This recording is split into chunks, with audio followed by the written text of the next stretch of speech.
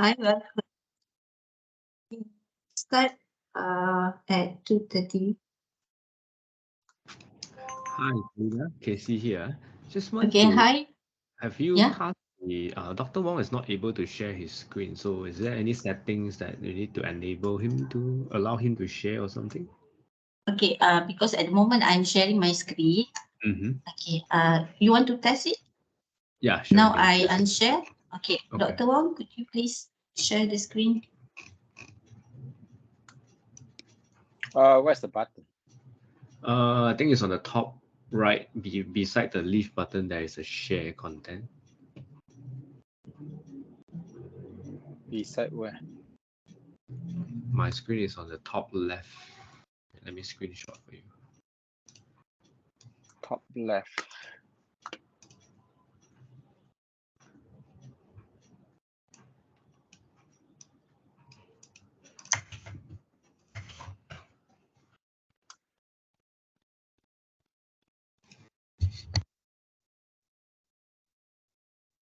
Oh, okay, that one.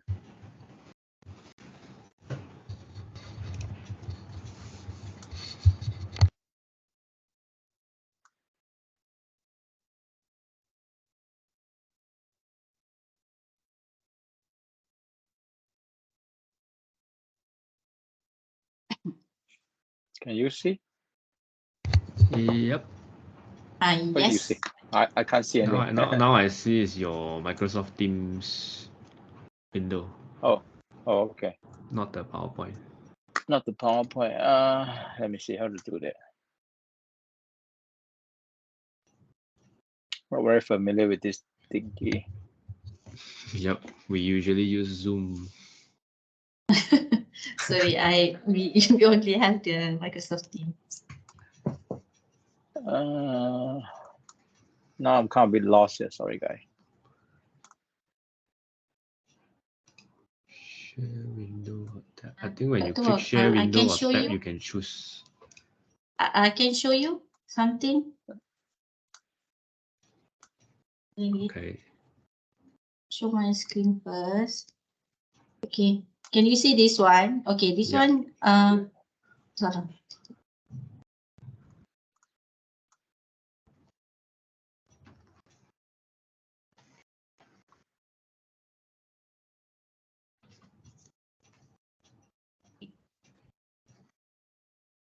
Because when I open share trade, they just show me some blank stuff. I don't know what it is. Okay, you share the window or the screen. When you click on the share,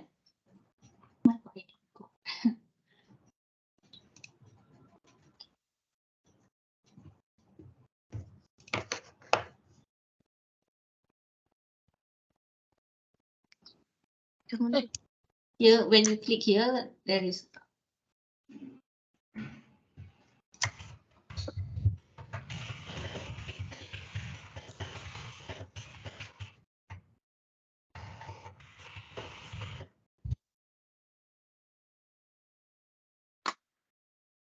You guys can see my screen? Yep. Now we see your PowerPoint, right? Okay. Yes, very Okay. clear. Well, as long as you can see the polar bear, that's good enough. Right. Okay. All right, I stop sharing now. Okay.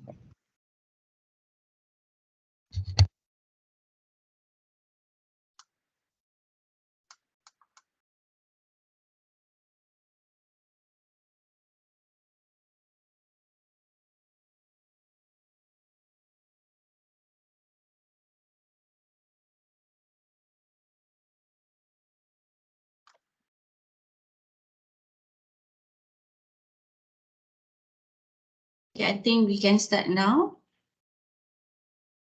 Okay, hello and welcome to our UCSI University Library InfoTalk. Thank you for taking the time to join us today. I'm Khadida Adiba binti Muhammad Khalid.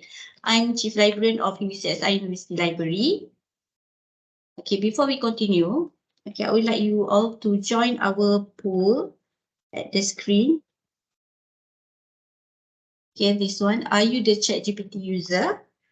It's easy and simple. Just access the menti.com and fill in the code given, or you could scan the QR code in the screen.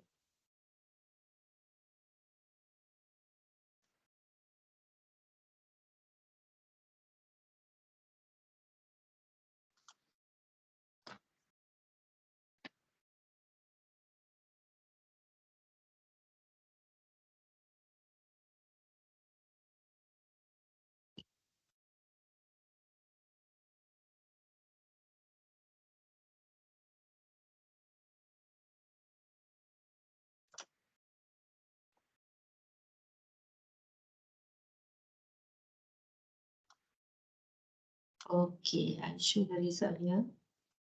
All right.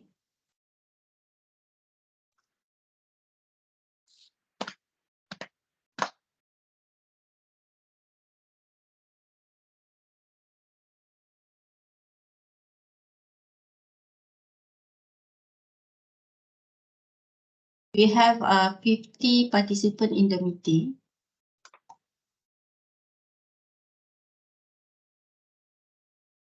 Other 29 invited.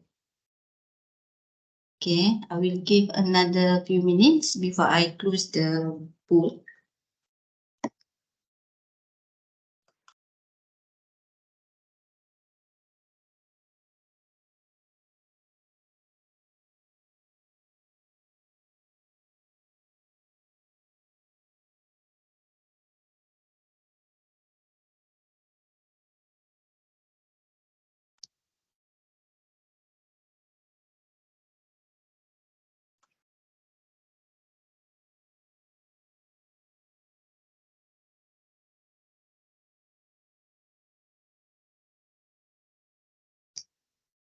Why only 22% voting? Because we have 51 attendees in this talk today.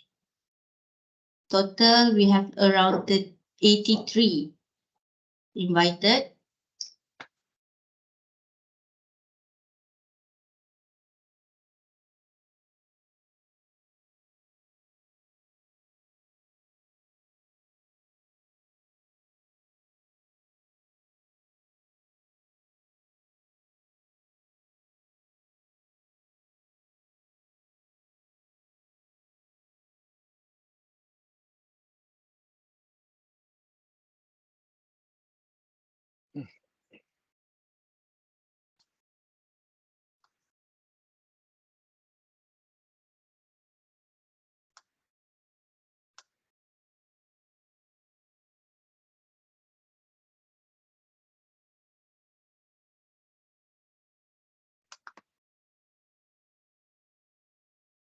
Okay, I get the population of half of the attendees today, around 25 voting, 15 is a ChatGPT user, and 10 is not a ChatGPT user. However, it's okay according to the latest available data that ChatGPT currently has over 100 million of users, and the website currently generates 1.8 billion visitors per month. Okay, all right. With the overwhelming of the usage of the ChatGPT, it is important to have the awareness on the issue relates to ChatGPT. Whether we use or we didn't use the ChatGPT, the important thing is the awareness on the issue relates to the ChatGPT. So that's why in this talk session, we will discuss on the ChatGPT issue in academic and research landscape. It's okay, the pool is open and everyone can join after this.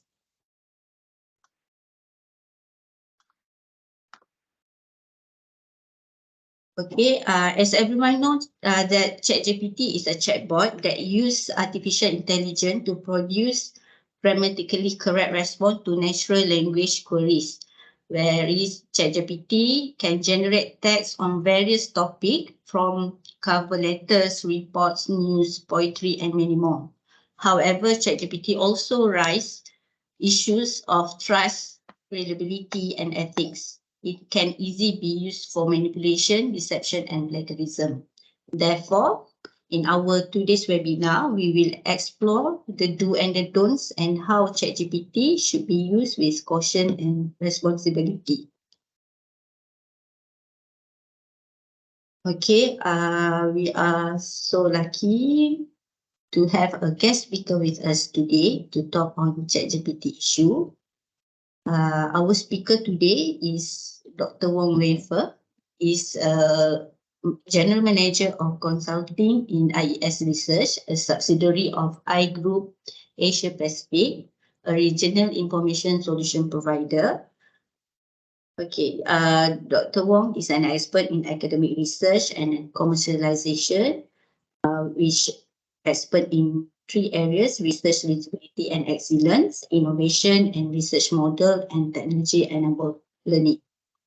Thank you, Dr. Wong, for willing to share your knowledge and expertise to us on the ChatGPT.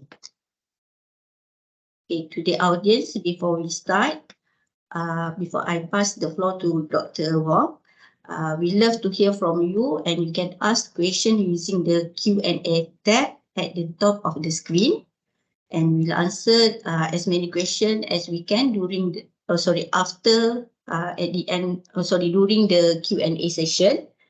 Okay, and then for those who just joining us, welcome. This is Talk on ChatGPT Issue. Okay, so without further ado, I pass the floor to Dr. Wong. Thank you. Thank you very much. And let me do a little bit of screen sharing here. Okay, I stop the sharing. Okay.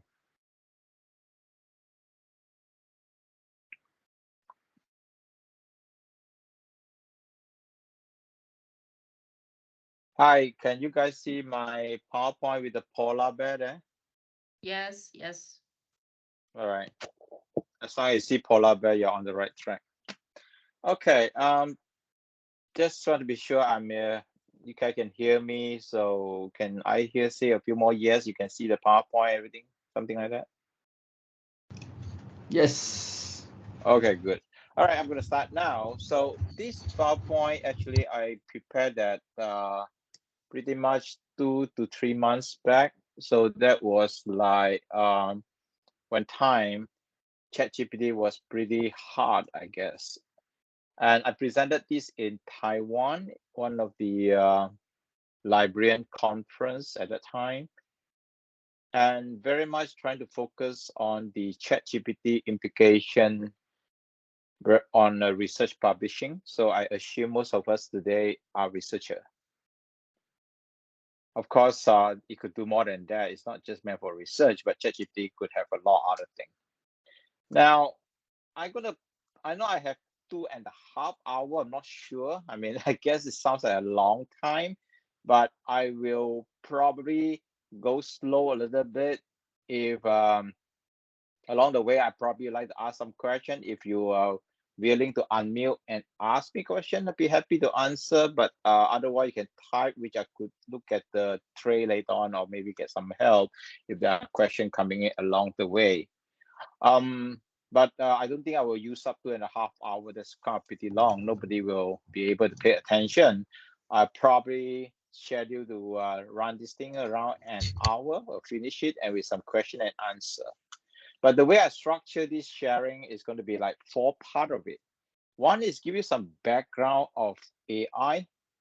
It might be a little bit technical, but don't worry. I try to kind of keep it simple. Even you're not the AI expert, hopefully could understand 60-70%, not everything. But if you are someone who's doing research in AI, I guess what I'm showing is pretty much too easy for you. Then we dive into this about ChatGPT, which I'm actually in this section will do a little bit of comparison with some other AI tool. Now, be careful here. We are not just talking about ChatGPT because there are many AI tools around. As over the time, there could be some other so-called equivalent to ChatGPT. So we sort of using the word ChatGPT a little bit interchangeably, like we using Google. I'm sure some of you remember even by now, we still have Bing, we still have Yahoo. So Google is not the only browser out there, but we always say Google around, that sort of thing. That does not mean you have to use Google. You can use something else. Now, the third one is the advent of super researcher. Now, pretty much you look at the title by now, I'm very much saying that we should learn how to use AI tool. So I'm not a skeptic of ChatGPT. I know some of you might be, and some of you might start worrying and saying that, well, with such a tool, do we still researcher or not, or what happened with plagiarism and those kind of things. I think everything have a double-edged sword here, so we have to learn to deal with that. And of course, last but not least, since we're talking about research publishing, we're talking about scholarly communication.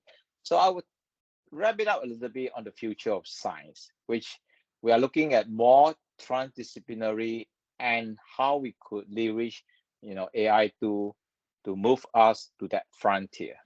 So I hope that makes sense to you, and let's sit back and listen a bit what I could have here. The background of AI. Now, ChatGPT, or even before ChatGPT, sorry, I mean, the word artificial intelligence was around even back in 1950, between 1950 and 1960. If I'm not wrong, the first time they mentioned the word AI or artificial intelligence was pretty much like in one of the conference back in 1960, somewhere in Boston. That's when they start using the word. Now, at that moment, nobody will get too excited about that till now. So it's pretty much a long journey, 60 over years kind of history. And along the way, you see the evolution with some new words like machine learning, deep learning, which is, I'm going to touch a little bit on that. Hopefully, you know what it's all about. Now, AI itself is quite a multidisciplinary subject. I think you guys know that what is multidisciplinary. Science today are relatively multidisciplinary, and AI is a combination of computer science, human language, and what we call natural language processing, and that sort of thing. So what is NLP? Natural language processing, there are quite a lot of things involved in which the machine is helped to read the text and try to understand and trying to use it for interpretation, comprehending, and stuff like that. And actually quite interesting to know that most of the publishers already start using this for a long time, even before ChatGPT, so-called the semantic search, particularly because it actually helped to identify the language using computer. And in fact, you probably know that semantic is no longer so new because you're doing Google search, you're using SciFinder, you're using all kind of tool in the library to do searching. Semantic was already been around even before ChatGPT. Now, one of the basic things you have to know about how computer play around with words is that, for example, you have swimming and tea. What's so related to that? It's sort of related to water. So you will never believe swimming and tea are associated until you sort of link it up with water. And same thing, you're talking about antibiotic and drought and say that, hey, how that link it up? And that's the word bacterial. Now, actually quite interesting. This is actually very similar to citation.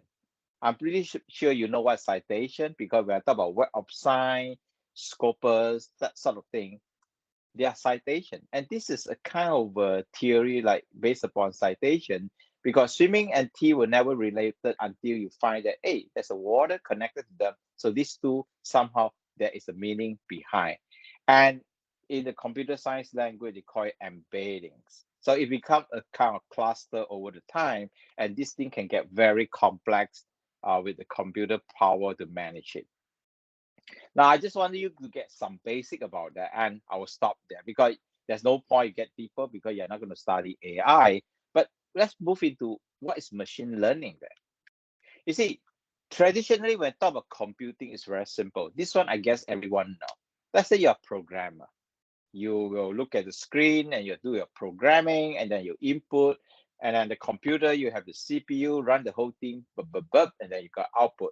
Take, for example, like Excel, right? So that is a kind of traditional computing. Now, in today's computing, things are a lot more complex than what you're seeing now. Because in today's computing, you could teach the computer, and this is where the machine learning come in. So there are two phases of it. The very first phase is that you try to train something and with some expected output. So it's like some of you doing research modeling. I know some of your researchers are doing modeling. In fact, I myself was a researcher on polymer science from the University of Manchester. And I actually more on the laboratory doing analysis.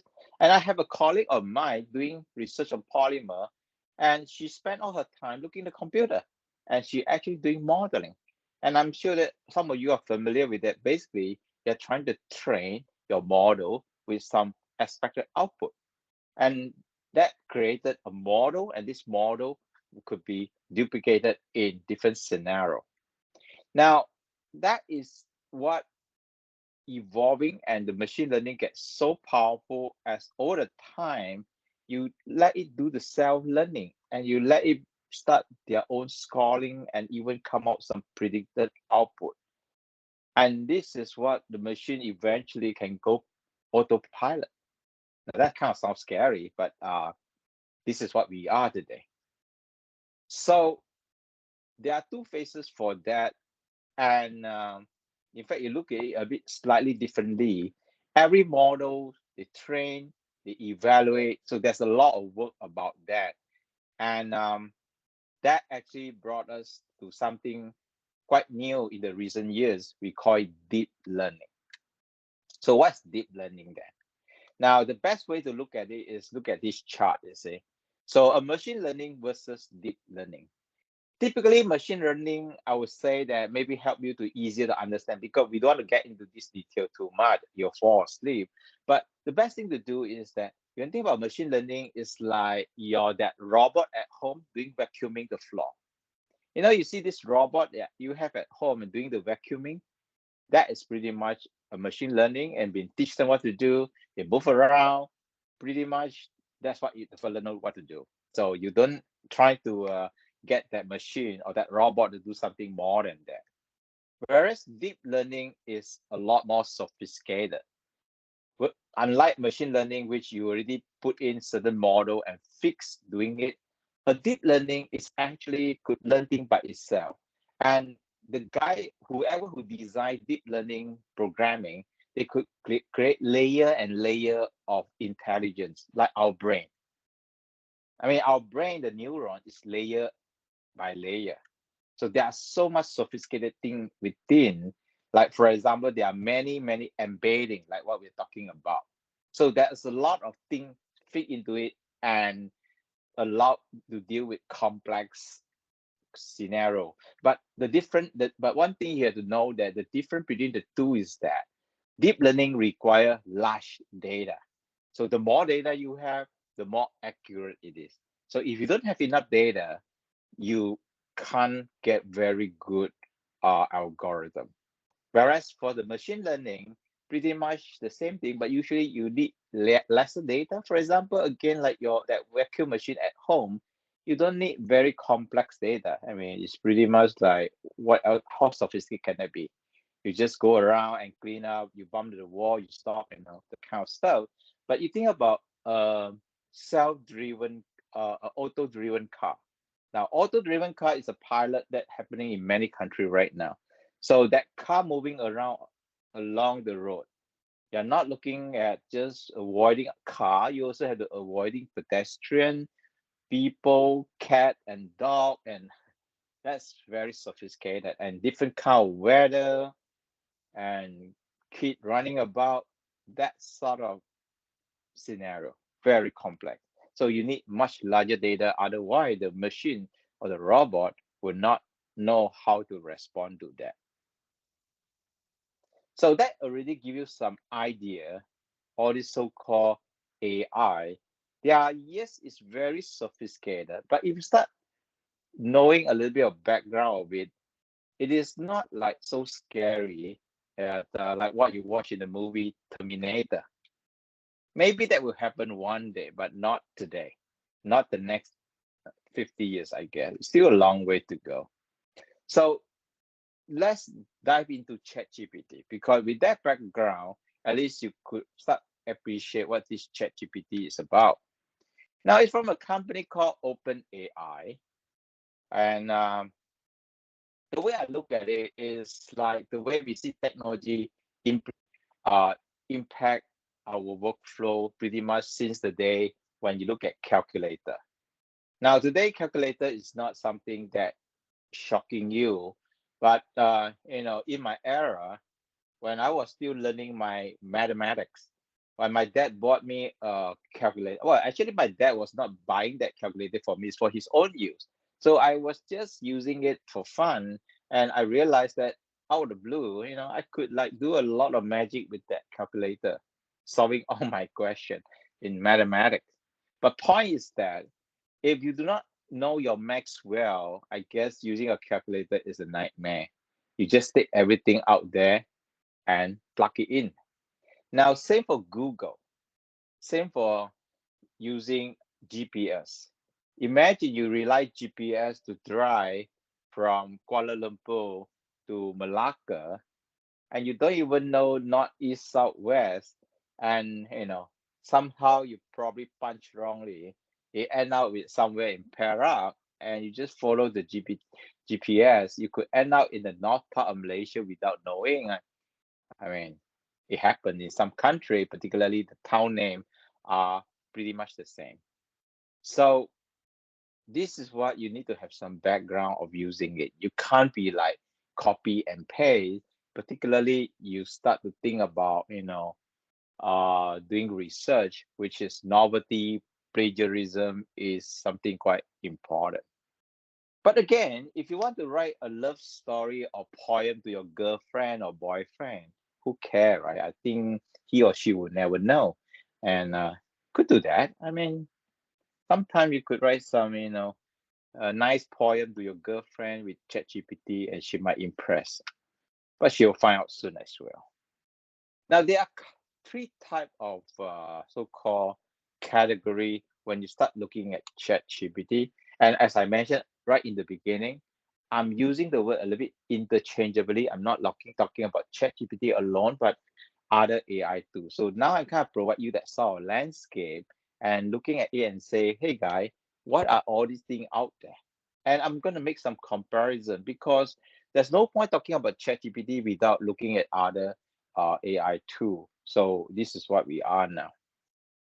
Now, over the extreme left side, we are calling a generative LLM. So LLM stands for the large language model.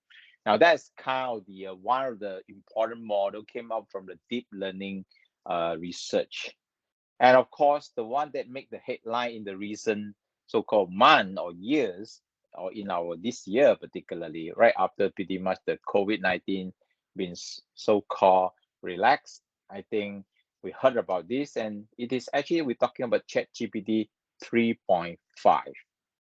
Now, not exactly sure what OpenAI trying to do, but apparently they launch it. They want people to use it for free, and people start crazy with that, because you can start, putting a lot of stuff there and asking questions, and the fellow respond. I know someone was saying that, can you tell me my resume?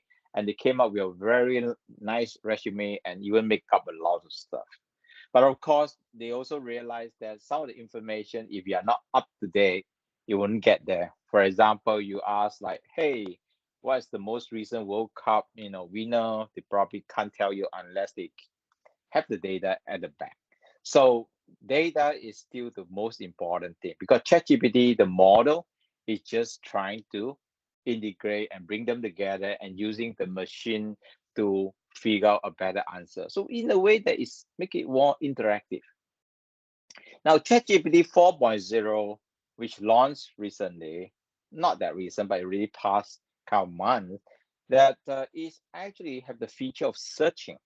So 3.5 is entirely leave it to the whatever data out there, and you never know what data.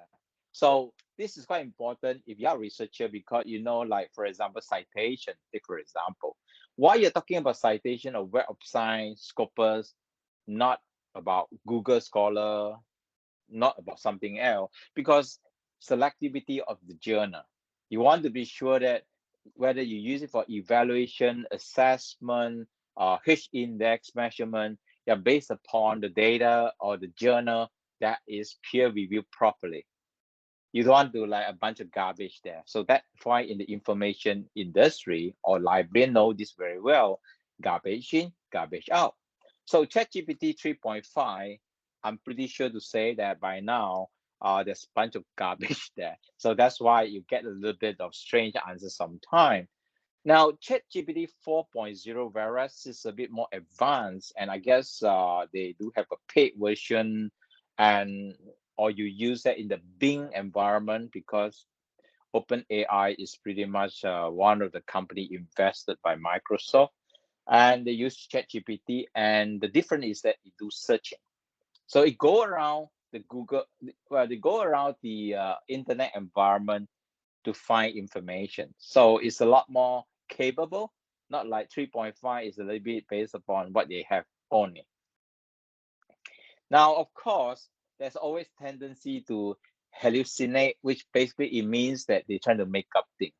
Okay, so whether 3.5 or 4.0, they do have a chance issue to make things up, and they are not apologetic in the sense that they wouldn't tell you that, sorry guy, I wouldn't know what it is, or I'm not sure.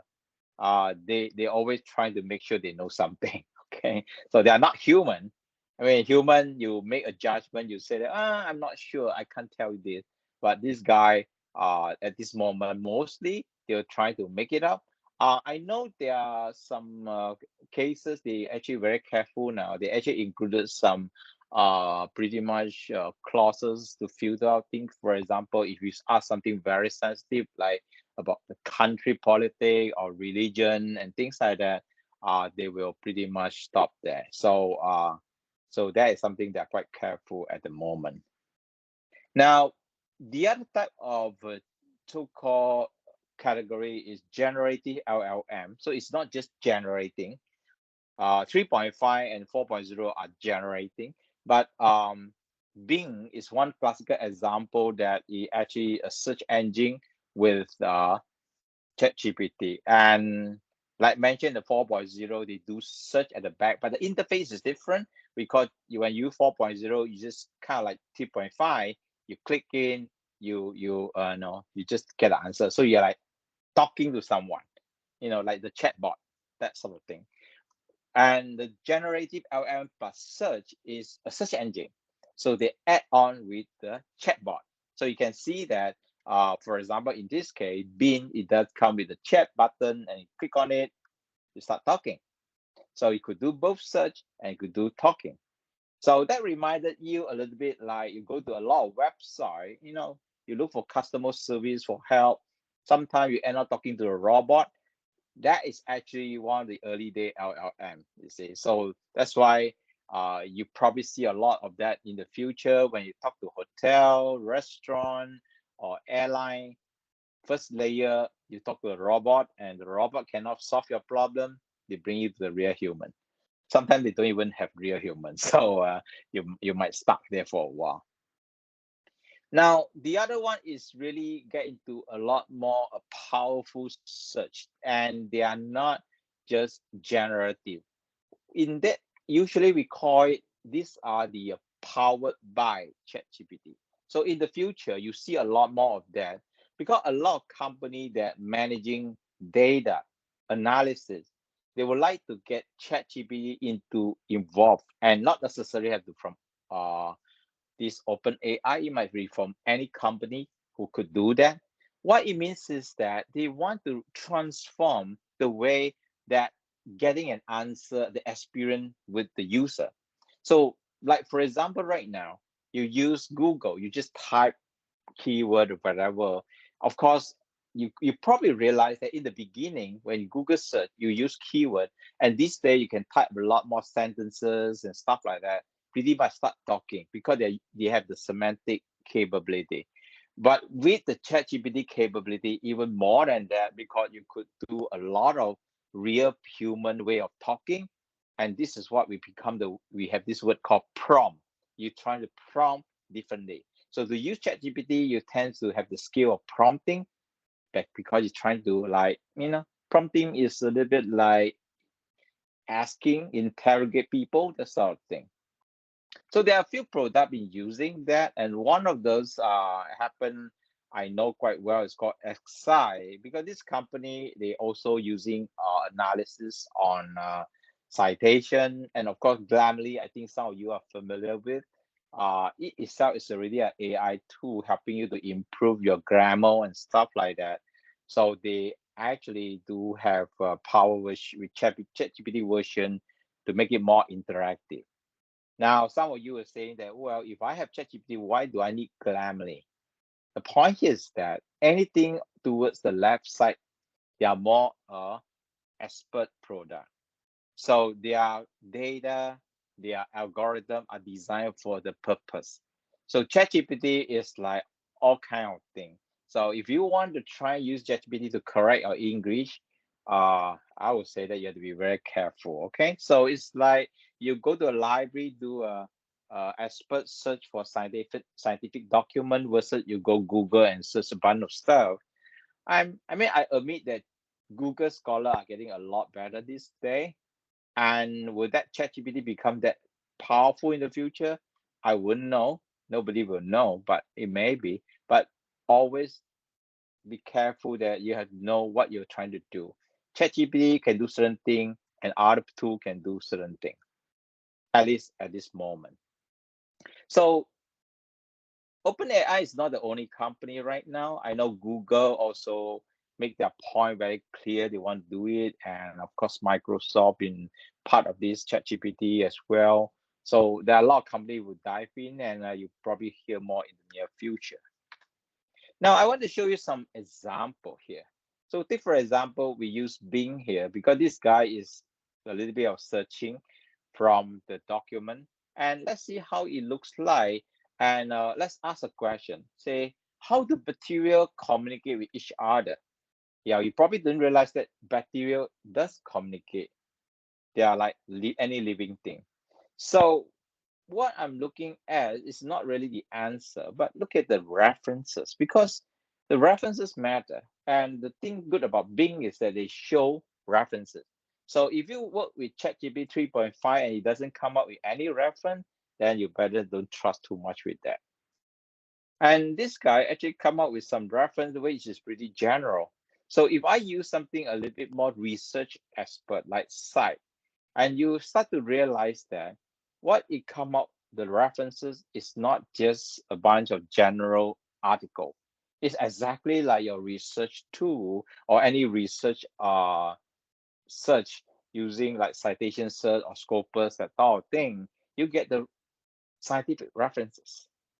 Now that matter really, because when you try to do research, you don't want to get into like a magazine, and nothing wrong with the magazine, but some of the things that are just not very reliable. So you want to be sure that your source is at least I would say that a peer review document. And let's try a little bit different thing here.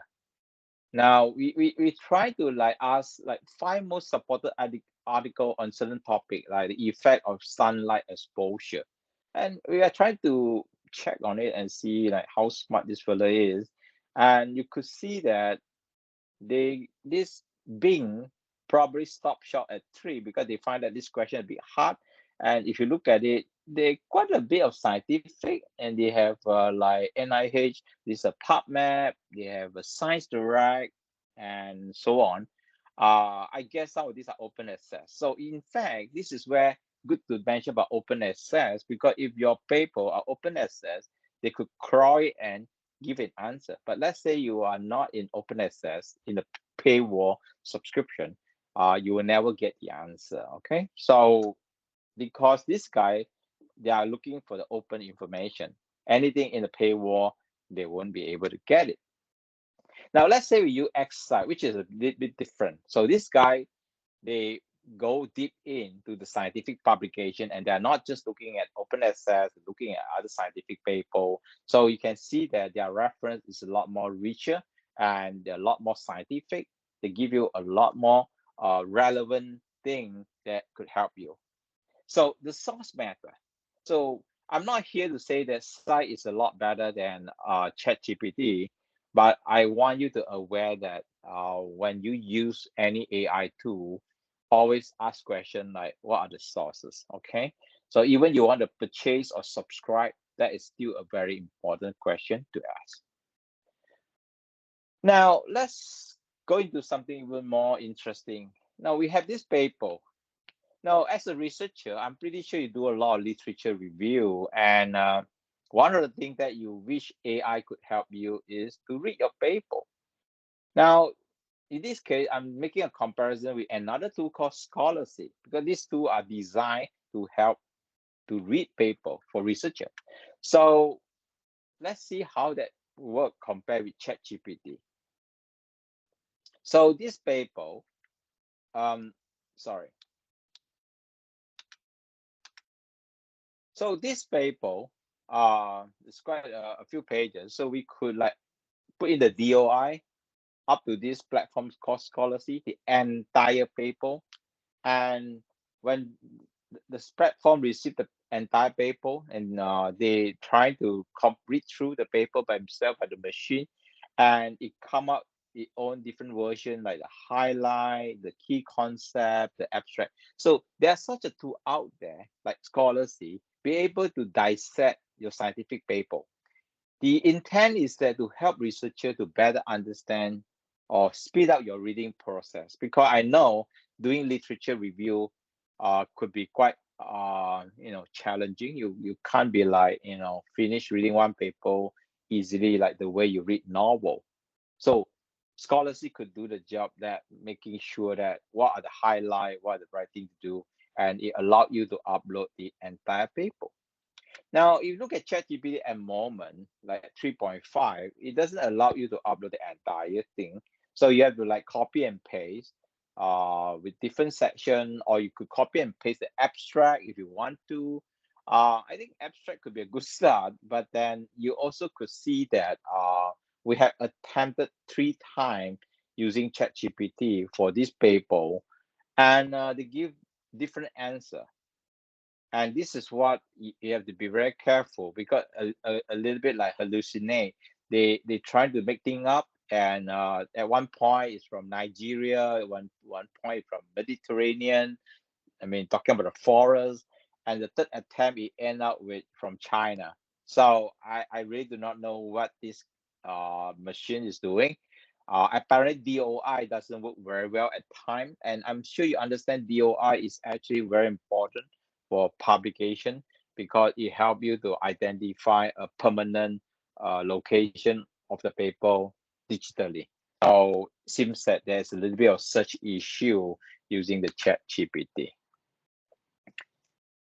Now, we could also look at this is the third attempt, so you can see that it actually end up in China. All right, so let this finish it. All right, so there's another attempt. What we could do is generate a title. Now, generating a title definitely could be a lot easier in today's world if you have ChatGPT or some of this AI tool. So if I use ChatGPT, the tendency is that it actually give you a lot more broader title.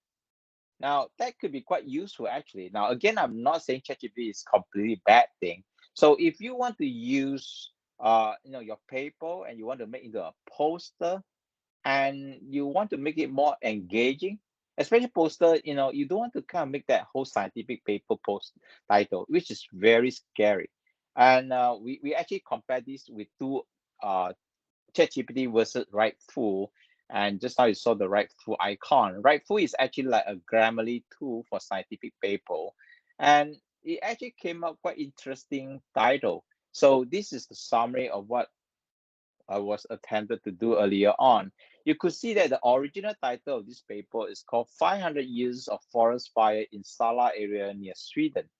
Now remember, I used the same paper to check on the understanding from the ChatGPT. They came up with different things. They say Mediterranean, China, and Nigeria. So sort of a little bit crappy there.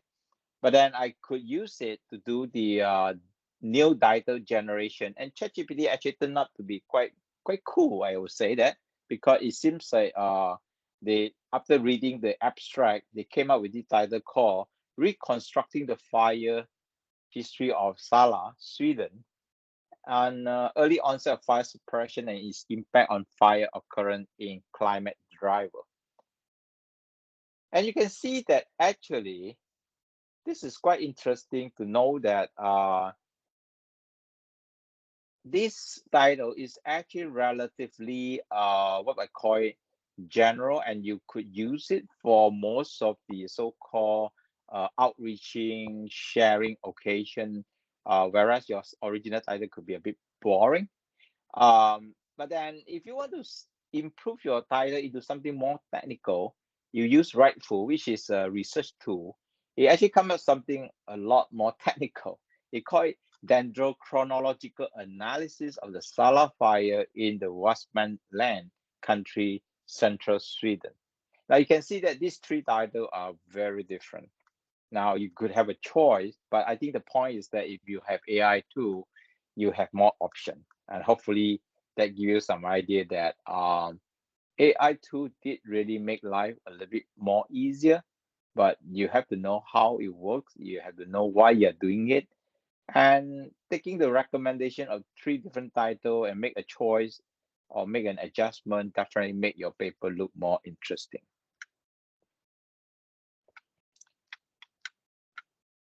All right, there's another one that actually I did before, but I guess I don't run through the video. I just want to give you the result straight away. You can see that I did another paper. The original title is called "A Stochastic Numerical Approach for a Class of Singularly Perturbed System." I really do not know how many of you can understand this title, but I'm pretty sure that you agree that when you are the expert on this such a research work, you very likely will write up such a title in your paper publication. Now that's scary, right? How many people can understand? Now, if you use ChatGPT, it's a little bit helpful to make it a little bit more general, and they're trying to focus more solving something. And again, I have to say that you do have to prompt it carefully. So over the time, please don't just say, give me a title. You should say that, well, I want the title be more like helping and application, that sort of thing. So prompting is really become a skill now when you're using ChatGPT. So you need to know how to ask questions. And this one, it actually come up with a title called Neuro Evolutionary Scheme for Solving Singularly Perturbed Boundary Value Problem, blah, blah, blah. So it seems that you know that it's getting more on the mathematics algorithm.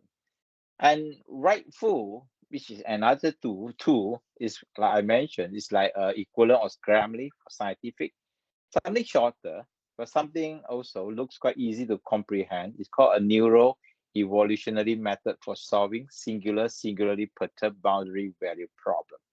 In fact, among the three, I like the third one because I think third one give me some idea what the paper is about. Whereas the first one, I completely blank, and the second one, I just too many words, too mouthful, and it's just too long for a title. But you can see that you do have a choice.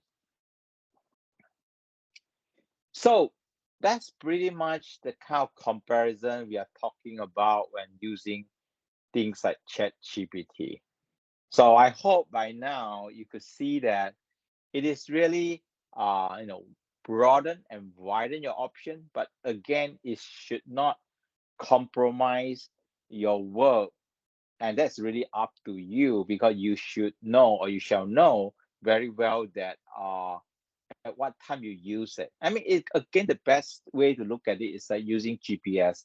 When you're driving in Malaysia, such a big country, I'm pretty sure there's a reason you need a GPS, but then you can't be so bad that if every day you travel from office to your home, you have to turn on the GPS, right, for direction. But however, you want to turn it on because you want to know the traffic, you want to avoid the traffic. That is a different purpose. So you can see that every tool comes with a purpose, and as long as you know what is going on, there's no such thing right and wrong. But there are always some thing that you need to know. I mean, before you blindly jump into using any of this AI tool or ChatGPT, these are some of the few things I would like to make sure you understand. Take for example, when you think about using such a tool, whether AI or ChatGPT, they are all digital. They all have digital footprint. So they all can capture your behavior. It's like when you use browser, when you start using Google and things like that, do you know that you leave behind the digital footprint? That's why people need to be very careful. You don't think that you go around and search some of the, I don't know, maybe pornography or stuff like that. People would know. Actually, you are leaving a lot of footprint out there. So don't get caught. But the fact is that should stay away from things like that. The other thing is always remember that the privacy issue.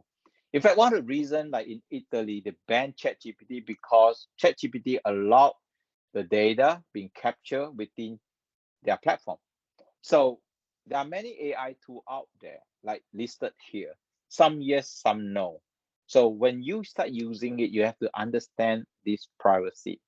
I mean, your data, your information of your research, is it something supposedly confidential?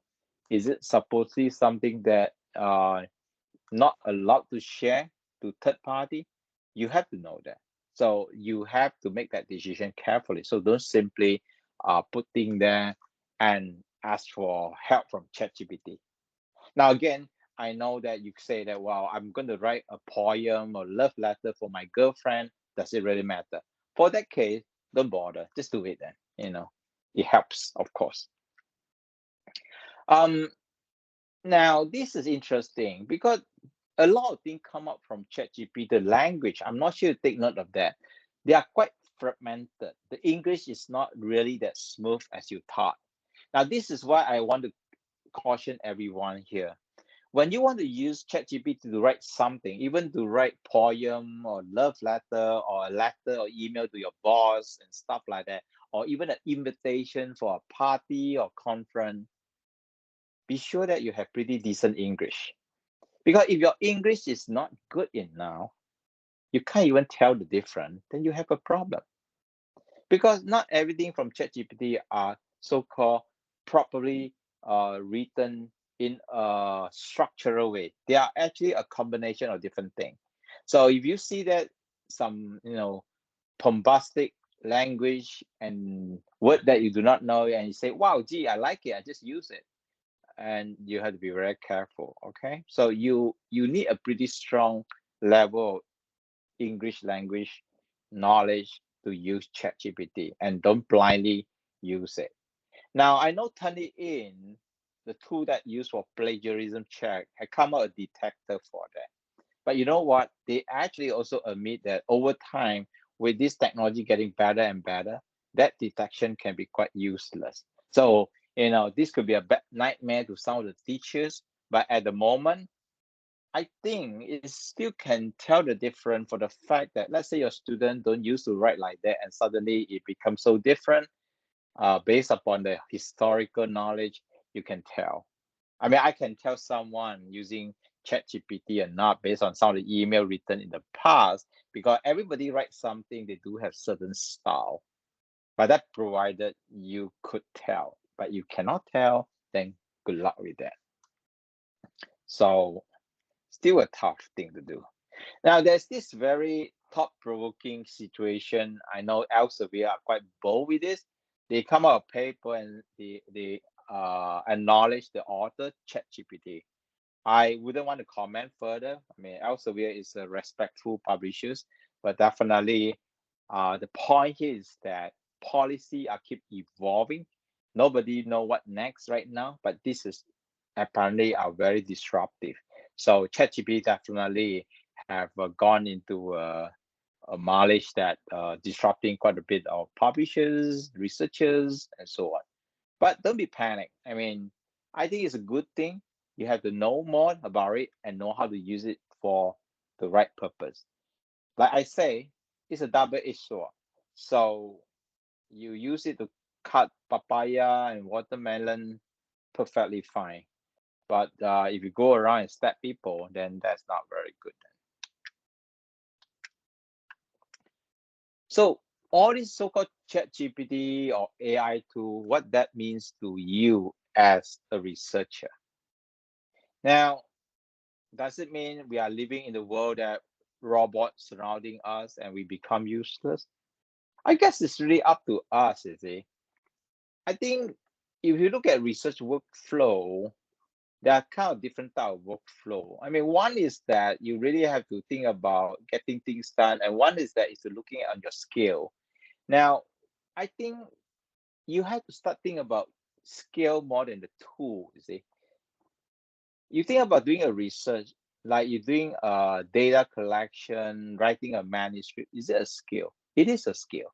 So to do that, you have to know how to write a paper. Means you know how to write a good question, and you want to publish your paper. You got to know where to publish, and you want to do outreaching to get more citation. You have to know how to target different audience. These are skill. These are research skill. They are not just like simply getting a tool. I mean, I've been doing this for the last 10 years. To be very honest to you, I still see a lot of researchers always asking me the point like, oh, is there any magical tool can help me to write manuscript? Is there any tool that can help me, make sure my English is so good, my paper can accept it? Well, they are just a tool. You have to know how to use it and learn to use it effectively. But if you want to load it up and press one button and get the magical manuscript and submit and get it published in high impact factor journal, think about it. It's not going to happen so easily. So the skill need to be enhanced, because sometimes you just can't be, continue practice and practice. You need some tool. So take for example, there are 4 tools that I mentioned briefly early on, like XI. It actually analyze between citation, whether it's positive, negative. Scholarly help to, to read paper and help you to improve your comprehending the paper effectively and rightful. Similar to Grammarly, accept that rightful they using the machine to learn the scientific writing. So Grammarly is good for good English, whereas rightful is more meant for scientific writing. And you probably know very well that scientific writing is very different from writing a good email. So if you want to write an email to your supervisor, yeah, Grammarly is the right thing to do. But when you want to write a scientific paper with Grammarly, they tend to remind you a lot of things that irritating you, because it get very annoyed telling you, say, hey, you cannot use past tense, and you cannot use past perfect tenses and stuff like that. You cannot use it in a passive form, because in a good English, particularly for Western language, passive form is not considered very good. Okay. And then my graph is more of graphical abstract, especially someone wish to draw good graphical abstract. And let me briefly run through the platform. Not saying that you need to buy, but then you can see how that works. You see, XI actually recently used ChatGPT, but their whole idea is to compare citation. Scholarly, I mentioned early on, they use AI machine to segment it. If you use ChatGPT, it can do some job, but then again, the difference is that Scholarly guiding you how to comprehend the paper, read the paper, whereas ChatGPT, you throw it up, they're trying to give you the answer. Yet you're not sure whether the answer right or not. But of course, you can prompt it. You can try to prompt differently, so it may give you a different answer. So I don't know, maybe ChatGPT one day can become very powerful then. Rightful is, like mentioned, it teaches you to improve your language. ChatGPT, I probably wouldn't use it for this purpose, but I guess you could always toss around between Rightful and Grammarly. I'm pretty sure a lot of people subscribe to Grammarly this day, but just get, if you want to use the right scientific paper, just be prepared to be annoyed by it and keep on telling you that your English is not so great. MyTheGraph is some AI tool that help you to pick and choose some good graphic, do up some nice design for graphical abstract. So you can see that this is what your research skill could be supported by AI tool. And this is a direction. What you need to know is that you're not just blindly taking those tools and do the job. You're not hoping they give you the answer, but you know how to use it. Like a good carpenter know how to use different type of a tool, to build up some nice wooden chair and furniture. So it's pretty much your mindset. I think that left and right here. The left here with different automation is that you just wish someone to do the job for you. So if think about like an auto car, you wish you just jump into the car and it bring you to the destination. Now in that case, you probably don't even know what is happening. You don't even know what is the direction. You just sit in, enjoy, and come out. You reach the destination, and probably very soon you don't even know how to drive, because like in the old day, we use abacus to do mathematics, but now we don't use abacus, right? Anybody using abacus or slide rule? I'm not even sure you know slide rule or not, because I myself don't use slide rule, but then I use log table, and after slide rule, after log table, then people start using calculator. So a lot of this thing being replaced. So it's a question of the mankind to think about. But I think more importantly, as a researcher, it's not to get being replaced. You're looking at augmentation. The word augmentation means you enhance you make strengthen you. So you could use tool to make you more powerful. And that's why we are talking about something like super researcher. A super researcher is someone that who know how to use to make yourself more powerful. Whereas, someone who do automation, you pretty much let the robot overwhelm you and lead you. That's why we are living in a very strange world, because you know why? We drive, we sit in the office, we use a lot of things, but yet when we grow fat, then you think about we should go to the gym. In the old day, they are working so hard at the farmland. That's not even need gym, you see. They are still pretty healthy. So I think robot is something that is going to be around us. It's not like this robot you see. In fact, there's this multidisciplinary subject called human robot interaction. So a lot of researchers actually studying that, how we could improve that over time, so that making ourselves more effective rather than be controlled by the robot. So one thing that I think you have to understand, if you say that, well, either you choose one extreme approach is that you don't do anything, let the robot do the automation, or another extreme is say that no, I'm a skeptic. I just don't like all this robot, all this tool. Then you have to accept the fact that we all human, we do have constraint. I mean, we have limited lifespan, we have learning rate, and our social network size is limited. So what that means? Well, it means that if you want to do research, it's a continuous process. I mean, you look at even COVID-19. People look at paper published decade back. Researcher might even pass away. But even if you don't have paper like that, you can't reference, you can't solve the COVID-19 issue. And our learning rate is slow. We are not like robot. You can scan through things very fast. And how much time you spend on your literature review? And do you know that every year you need to read around 100 to 200 people to be a good researcher? And that is something not easy to achieve.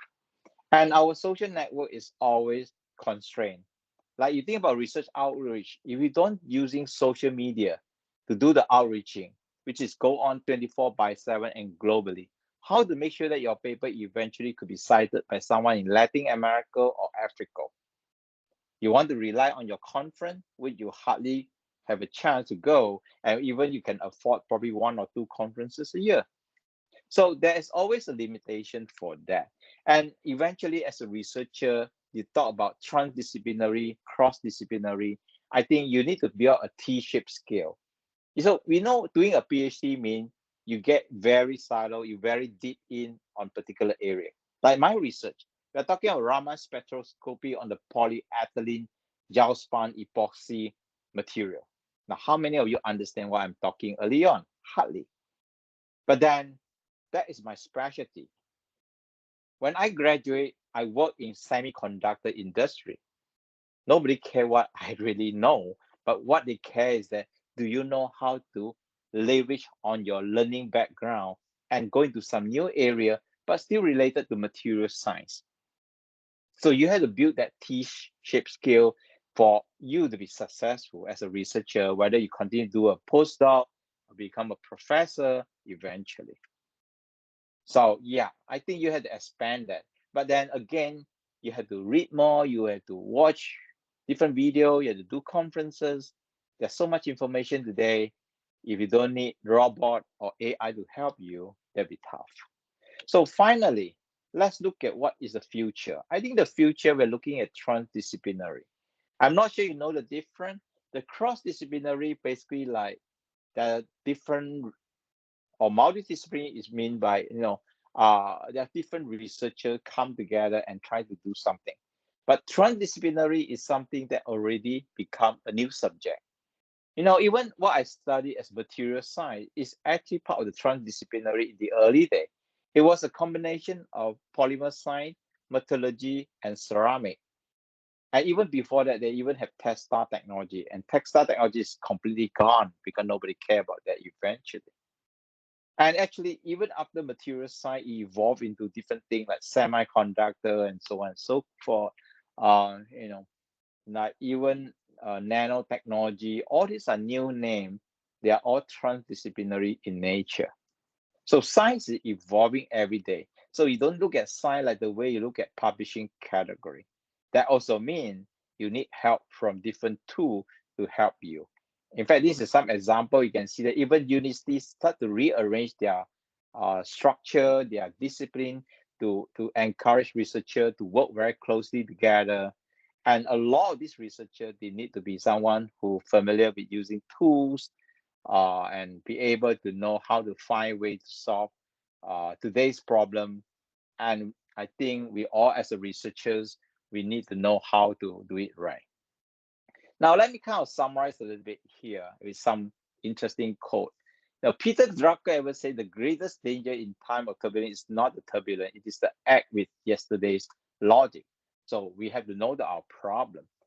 And I guess Einstein said, well, it's our mindset. Without changing our pattern of thought, we will not be able to solve the problem. And we created the current pattern of thought. So as a researcher, you can't just be business as usual because you're in the frontier. So your attitude, it had to be, we do not see things as they are, we see things as we are. And finally, we had to understand our weakness. The main power based on paradigms may be in the fact that they are taken for granted and not explicitly questioned. So when you see tools like ChatGPT coming out, let's don't be too skeptic with that, but also don't be like, you found something that could make your life easier. I think life is not going to be easier for sure, but for sure you have to know how to use them and make it right, because science is actually very complex, and we're not talking about natural science. We're thinking about combination of social science and so forth and so forth. So let me jump that because there's some fancy stuff here, but I don't think that's necessary. I thought this slide is more important here. The last one is that I think there's so much talk about UN SDG impact. So you can't really dealing with the world by looking at multidisciplinary. You have to move into transdisciplinary. I guess that is what we are talking all about. And I guess today's session, I want to share with you all to know that as a researcher, you do need to widen out your scope, and not just through reading, but be able to use different tools effectively. And AI will definitely stay. It could be very powerful and more powerful than you thought, but just always have the right attitude to use it for the right purpose.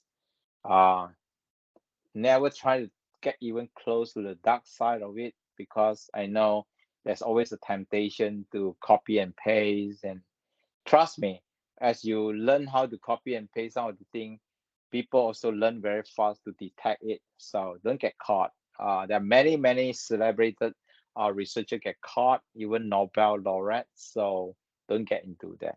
So with that, I would say thank you very much for listening to me. And let's keep some time for questions.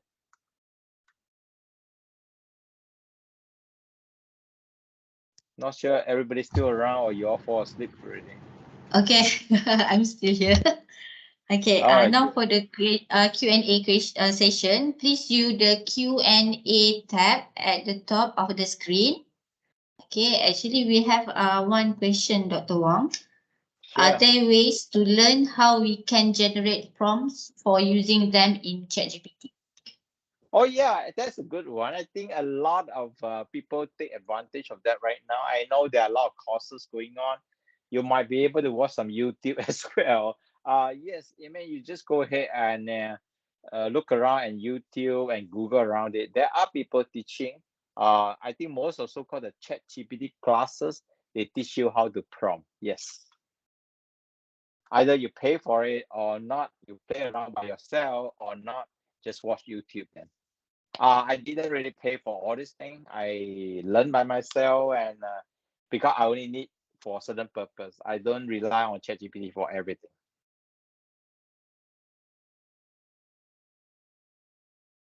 All right. Any question? Okay.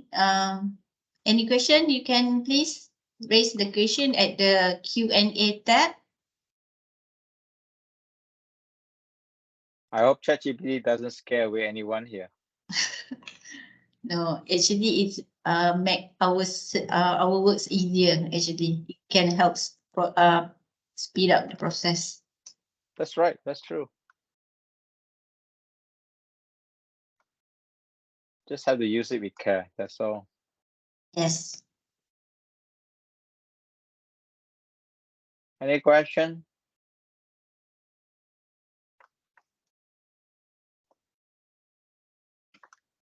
I know that people say that you can use ChatGPT to make PowerPoint, do some macro programming on your Excel.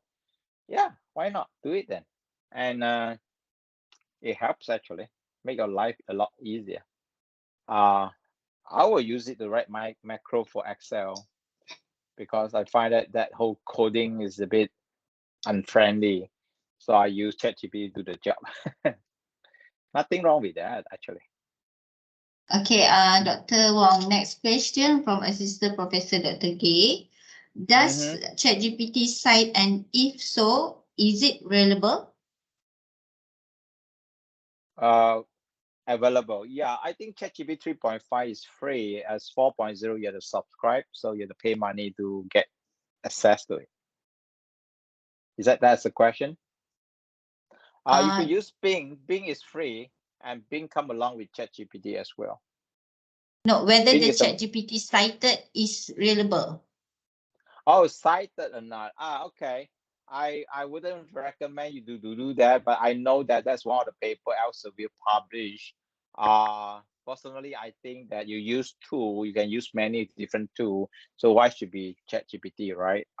So Yes. I was still looking at it as a robot or a tool, not really something that intelligent enough to represent as an author. But I don't know. I mean, at one point, I would say that publishers should start thinking about listing down what are the tools you're using for your work. I think that could be a one category rather than put that together with the author. And besides, ChatGPT is such a generic name. What you're talking about 3.5, 4.0, 4.5, 5.0. So it's debatable. And I wouldn't want to be too critical about Elsevier, but definitely that is a very bold suggestion. So even you are allowed to do that, I would recommend not to do that because you are just getting into the whole debate for it. It doesn't help your reputation. That's certain thing you should avoid. I think this is one of the things you should avoid. Don't put ChatGPT in the authorship.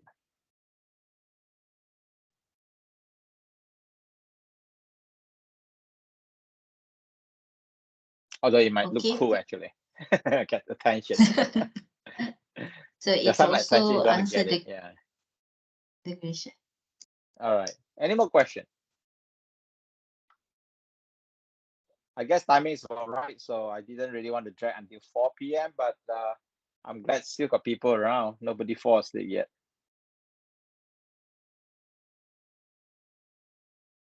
What do you think of, will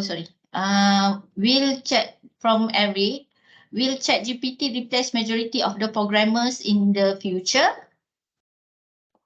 hard to answer that, but I guess ChatGPT to some extent at the moment it could speed up a lot of programming work to some people. But I think programming is not something that what we are doing right now. It's a lot more sophisticated than we thought. I mean, take for example, nowadays doing coding, you no longer start from scratch, right? I mean, doing coding today, you're pretty much doing a modular piecing. It's not like, start from scratch, is it? So the entire coding skill is so different this day. You probably have to know about getting different module, different product, and join them together and add on with some API and stuff like that. That's how coding we are talking about this day. And definitely ChatGPT will speed up some of these things, but you always need to build a whole new module, whole new application, whole new API, and ChatGPT probably won't be able to catch up with that, you see.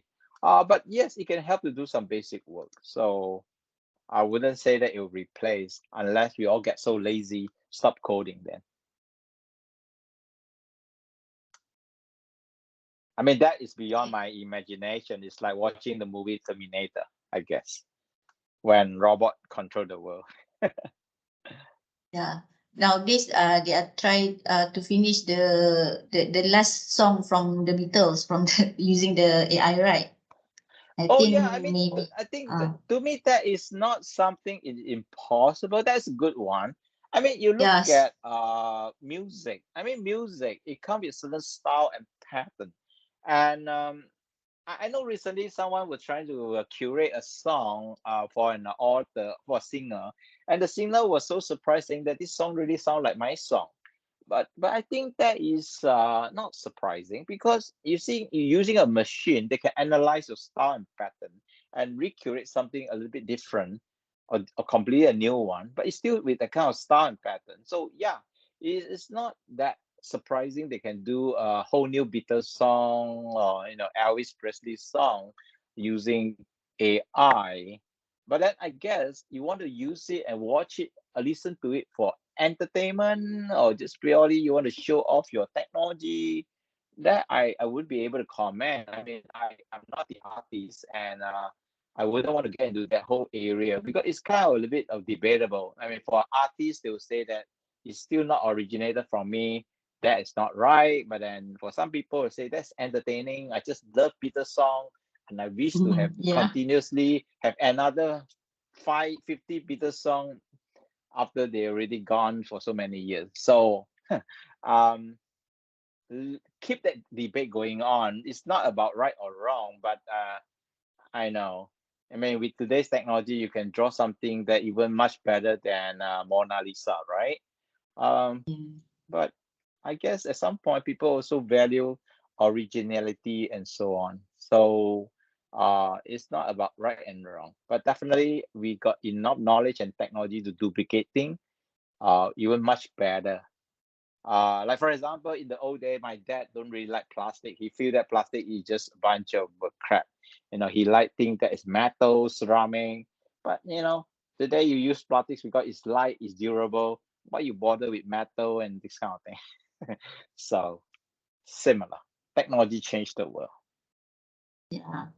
Okay, next question, Dr. Wong. AI tools for privacy. Do you mean Grammarly, ChatGPT tools, and etc. that will remember our content during we use them? What do you mean by that? Could you please explain some Sure. more?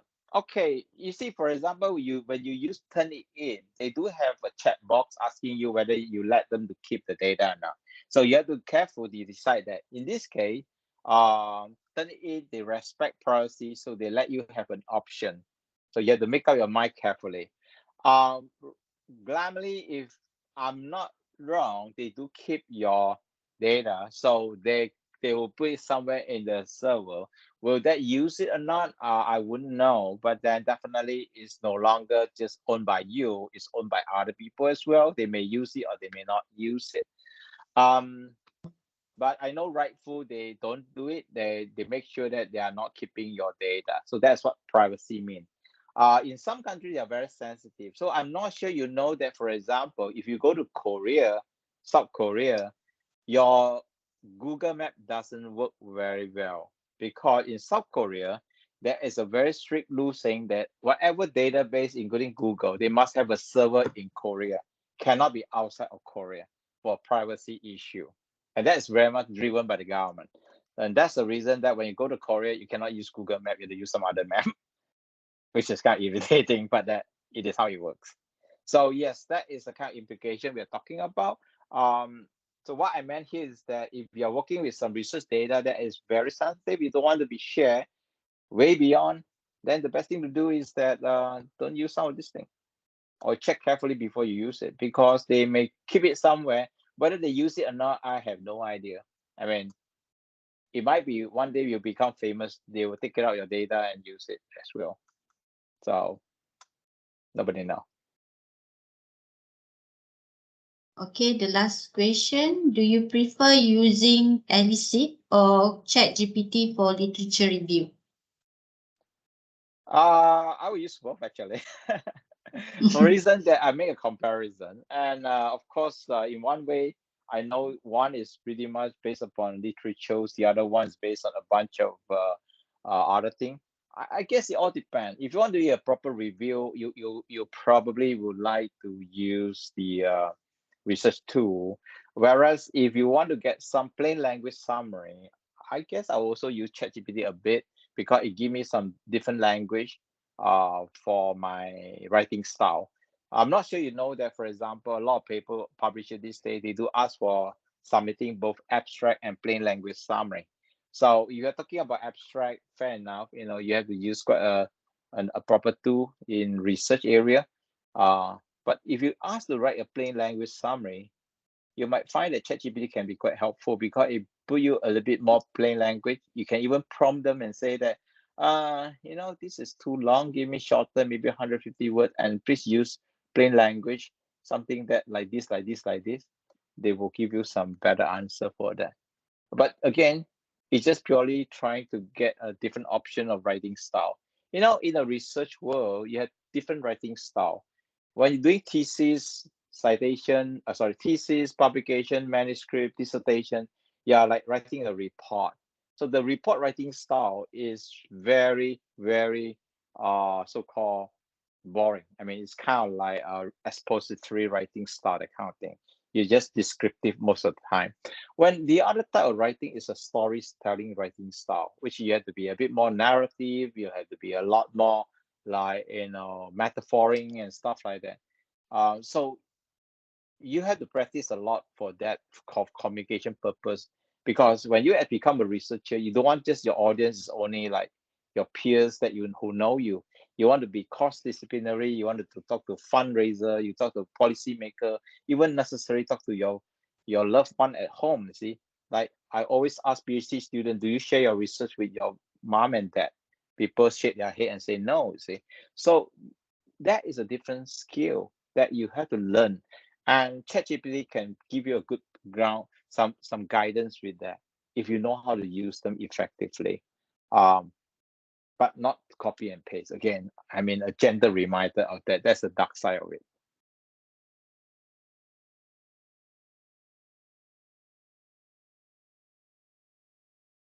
Hope Okay, that answer. that one is also answer the question on advice to undergraduate student using ChatGPT for assignment and PG for their research. Yeah, Any advice? I would strongly recommend undergraduate. You're still learning, so you always can look at ChatGPT, give you some guidance, because it's like you're reading other people's books and novel. You're trying to get some idea how to get that writing style. I will say that when you're free, you go around with ChatGPT, play with it, prompt it, see the way they answer it. There's no harm. In fact, it's very good to do that. But just stop that the temptation of use that your mouse and zoom down, click on it and hold on it and then copy and paste it over and get your work done. Trust me, you'll be not only get caught, there's a risk of getting caught. I mean, the other thing is that you won't learn anything. Trust me. So don't do that. You rather want to learn something more important. I would say undergraduate, trying to build out your foundation first. But you can use ChatGPT as an extra learning skill. Yeah. Okay, I think that's all the question in the Q&A session. Because of the time constraint, now we are in the end of the session, and thank you again, Dr. Wong, for your time to be here with us, and thank you for the wonderful sharing, and hopefully all the audience get the idea on how to fully utilize the ChatGPT and also the AI tools in effective way and ethically. Okay, I also share here the the feedback form of this event. Okay, please use this menti.com platform to fill in the feedback survey. Okay, and then you can watch this recording webinar in UCSI Library YouTube channel. Okay, you can go to the YouTube and then just type UCSI Library for our channel. Okay. Thank you for your participation, and please visit our UCSI Library website for more events to be joining. Okay. Dr. Wong, is there anything you want to add before we end? I think we do have a Telegram, which is we kind of designed for sort of people who join in and share their thought and stuff like that. I'm not sure, Casey, you by chance have that logo? I think Khalida was in the Telegram group as well, because she actually contacted me through Oh, that group. okay. Yeah, so she can help Yes. to circulate. Yeah, circulate the. Sure. link. Okay. With that, thank you, everybody. Thanks. All right. See Thank you. you. Yeah. Okay. Thank you, Bye. Casey. Thank you, Yep, thank Dr. you. Wong. Okay. Thank you, everybody.